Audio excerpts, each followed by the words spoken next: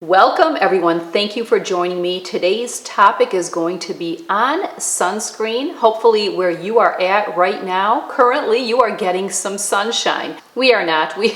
We are still dealing with not so pleasant weather. I hope by the time this video goes out that breaks, but there's no guarantee. Hopefully where you're at, it's really nice and beautiful. But today's topic is going to be on sunscreen.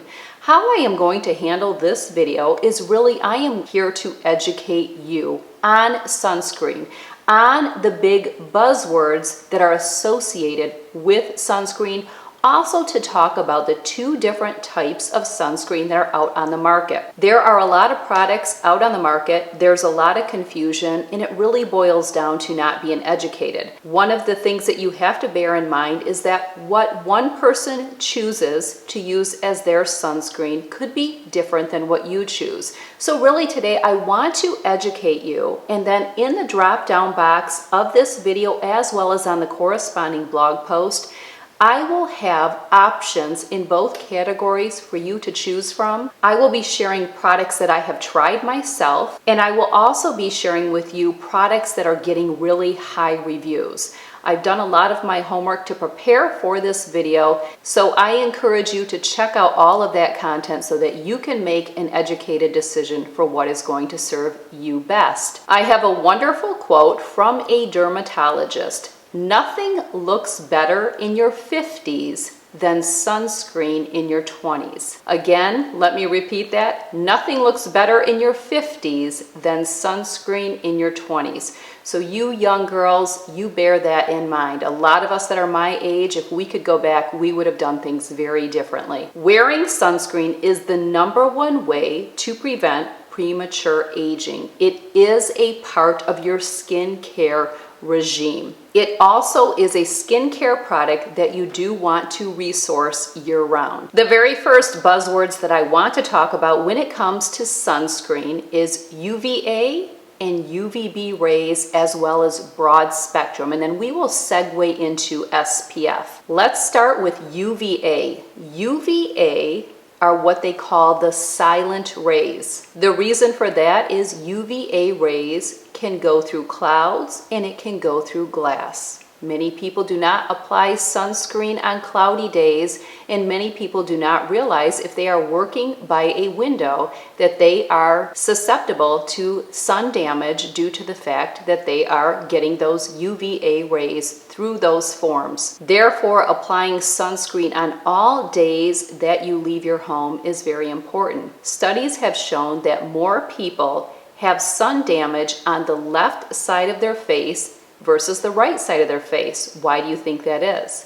Well, if you think about it, it is because we are driving a vehicle and many of us are not protecting our skin from the sun, and those UVA rays are coming through the window that is right by the left side of our face. Therefore, we are getting more sun damage on that side of our face versus the other side.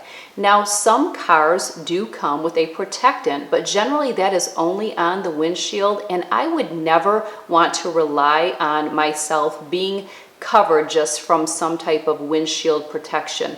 I wouldn't take that chance if I were you. UVA rays cause over 90% of all skin cancer. UVA rays are also the culprit behind breaking down collagen. They are also what causes those brown spots that often we don't see until later on in life. That is why many of you in your 20s or maybe even your early 30s and anything younger, you are not seeing the damage that you are getting from the sun's rays because often those brown spots don't come out until later on in life. Remember, the best decision someone can make in their 50s is what they are doing in their 20s. And there's so many areas of life where that applies. Unlike UVA, UVB rays are superficial. UVB rays is what causes redness or sunburn. But UVA rays is where the real sun damage comes in because it penetrates further into our skin. When you are purchasing a sunscreen, you want to look for the words broad spectrum. The reason for that is broad spectrum is an indicator that you are being protected from both UVA and UVB rays. So the UVB rays that you are being protected from is going to prevent you from getting red or getting a sunburn. But the UVA rays that you are being protected from are going to protect you from having the breakdown of collagen, from eventually having the brown spots, and having the sun damage, as well as the big dog, which is skin cancer. We are going to segue into SPF because this is where a lot of people really get confused. They really get caught up in the number. So if something says SPF of 60, they think it is so much more powerful than an SPF of 30. They actually believe they are getting double the protection of the sun. But it does not necessarily work out that way. Actually, it does not work out that way at all. SPF stands for Sun Protection Factor. SPF is a relative measure of how long you are going to be protected from the sun's UVB rays. I hope you caught that. UVB rays. I didn't say UVA rays. So the number is just an indicator of how long you can be in the sun and be protected from those UVB rays. Another reason why you want to make sure broad spectrum is on your sunscreen, because then you know you're being protected from not only the UVB, but the big one, UVA. Let's talk about the number. Now, I would say when I am shopping for sunscreen, probably the biggest SPF number I see is 30.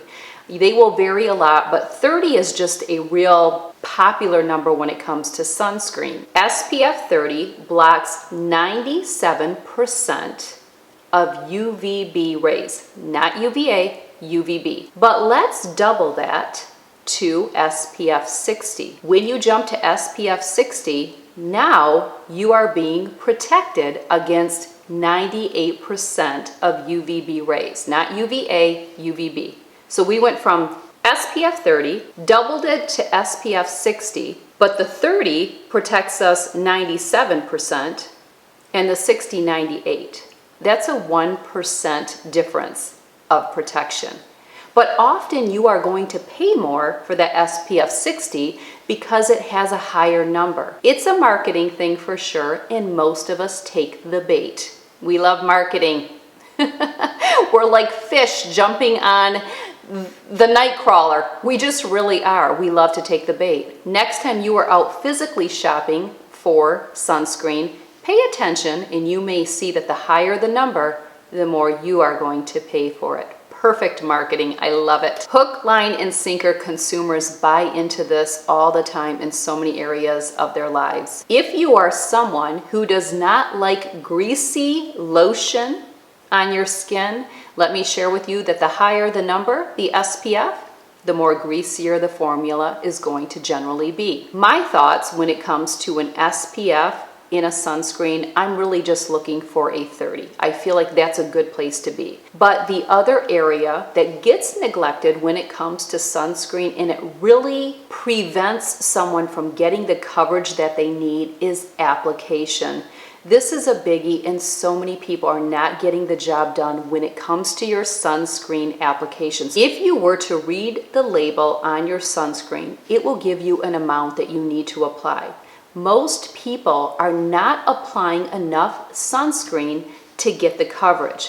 So let's say you do have an SPF 30 sunscreen, but you're only putting a teeny tiny amount in instead of what the label is telling you to put in, which I believe they say a shot glass. Picture a shot glass. That is how much sunscreen you need to have if you are covering your whole body. As you can see, you're going to go through a lot of sunscreen. That's another reason why I always repurchase every single year, even if I have leftover, because I don't know how that shelf life is going to be. But sunscreen really is something that you should really be going through a lot of, because picture a shot glass being full to cover your whole entire body.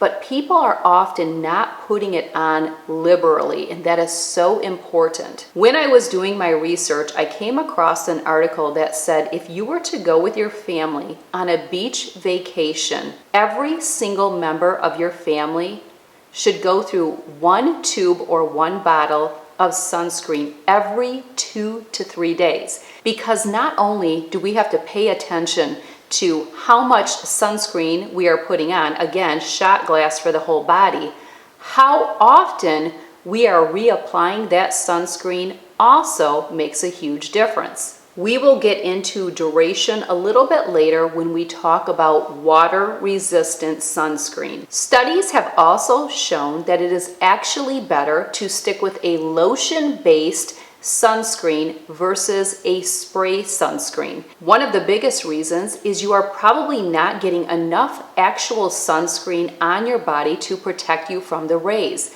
The wind or the air is taking a lot of what is being sprayed. And I think if you have used a spray sunscreen in the past, you know exactly what I'm talking about. They're aerosol, so a lot of that is just flying in the air.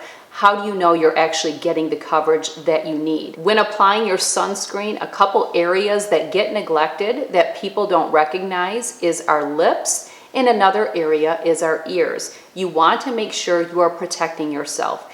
Tell the gentlemen in your life that are wearing a hat or out golfing or whatever, they need to be protecting their ears as well as everything else. But again, often that gets overlooked. Now let's talk about water resistant.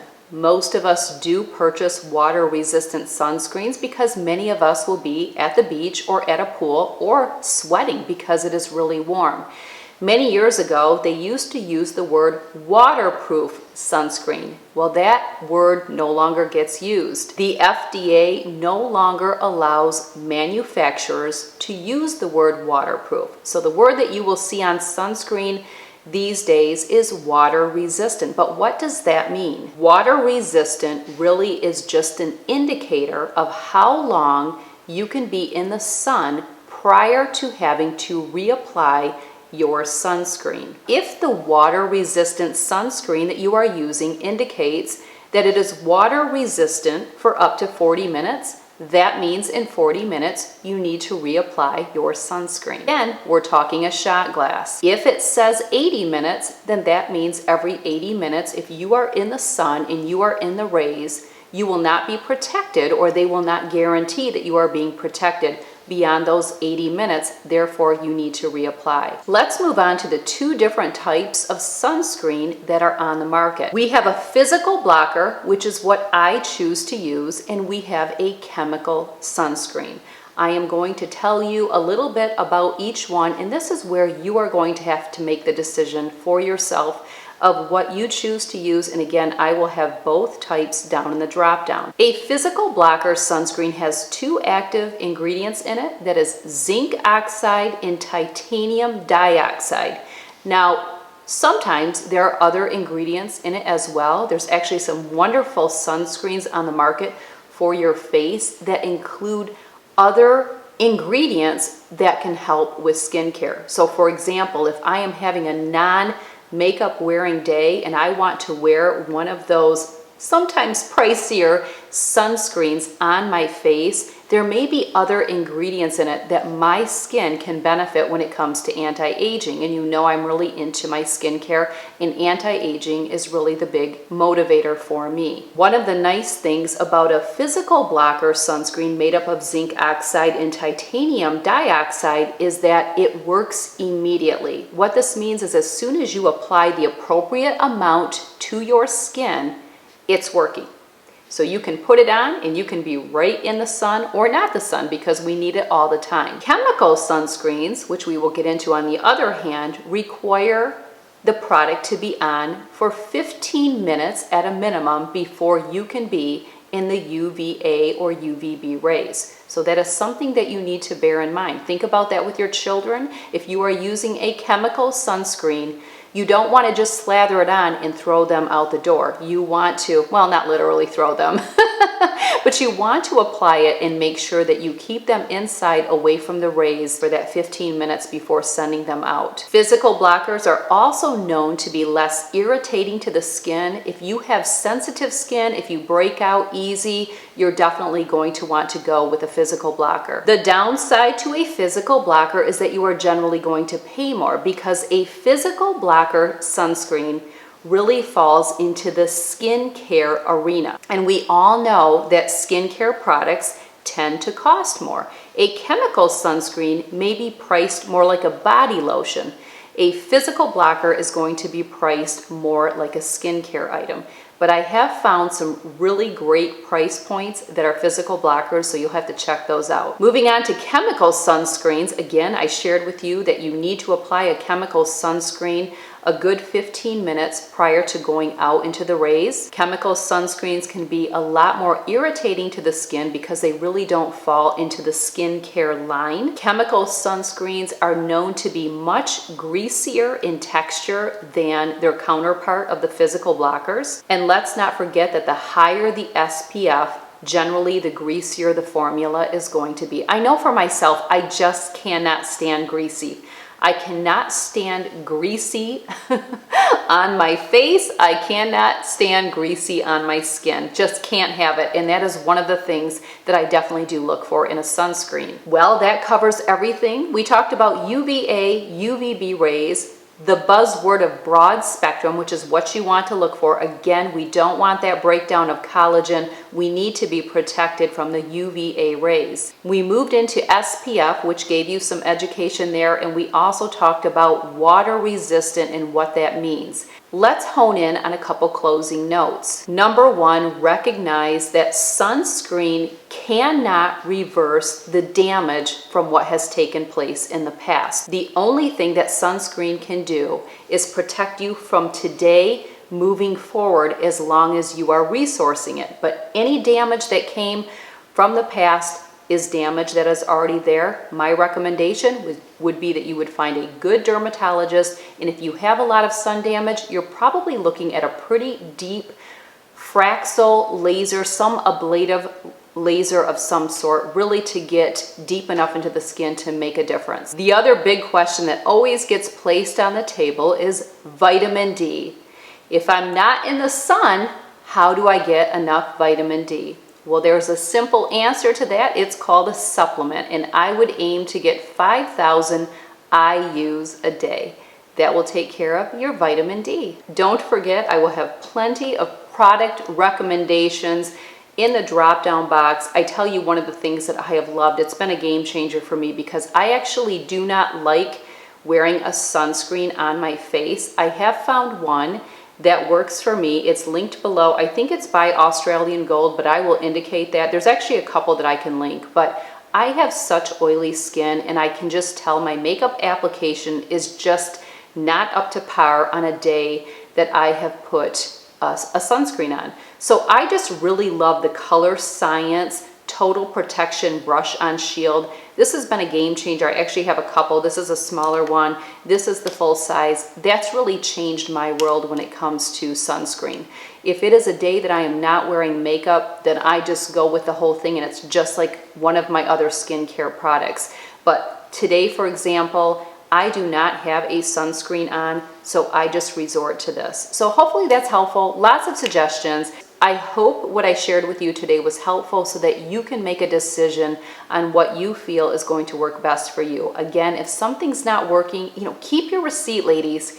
Keep your receipt. Even if it's Rite Aid, they will take product back. You're gonna spend the money, believe me.